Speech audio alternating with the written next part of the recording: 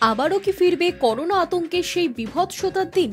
সে কথা এখনই বলা কঠিন, কিন্তু চীনে বাদুড়ের দেহে নতুন করোনা ভাইরাসের সন্ধানে বাড়ছে উদ্বেগ।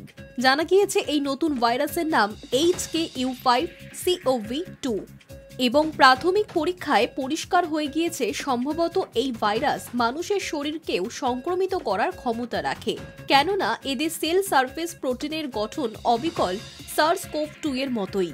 সেল নামের এক বিজ্ঞান বিষয়ক জার্নালে প্রকাশিত হয়েছে এই সংক্রান্ত গবেষণাপত্র।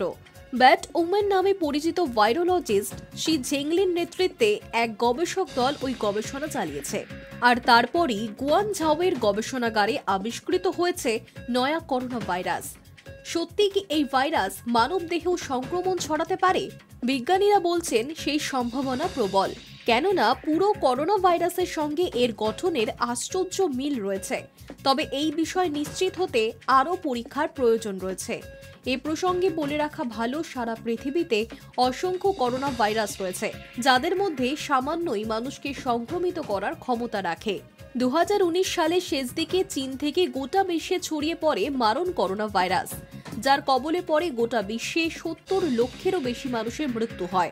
অতিমারির সেই ভয়ঙ্কর দিন যেন আর না ফেরে, সেটাই গোটা বিশ্বের প্রার্থনা। এই পরিস্থিতিতে ভয় বাড়াচ্ছে এই নতুন ধরনের করোনা ভাইরাস। কিন্তু আদপে এই নয়া ভাইরাস কতটা বিপজ্জনক?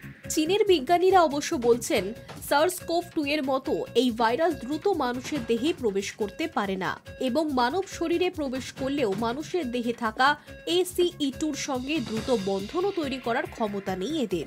তাছাড়া করোনা আমল পেরিয়ে আসার পর মানুষের শরীরে এই ধরনের ভাইরাসের বিরুদ্ধে ইমিউনিটি অনেক শক্তিশালী এখন।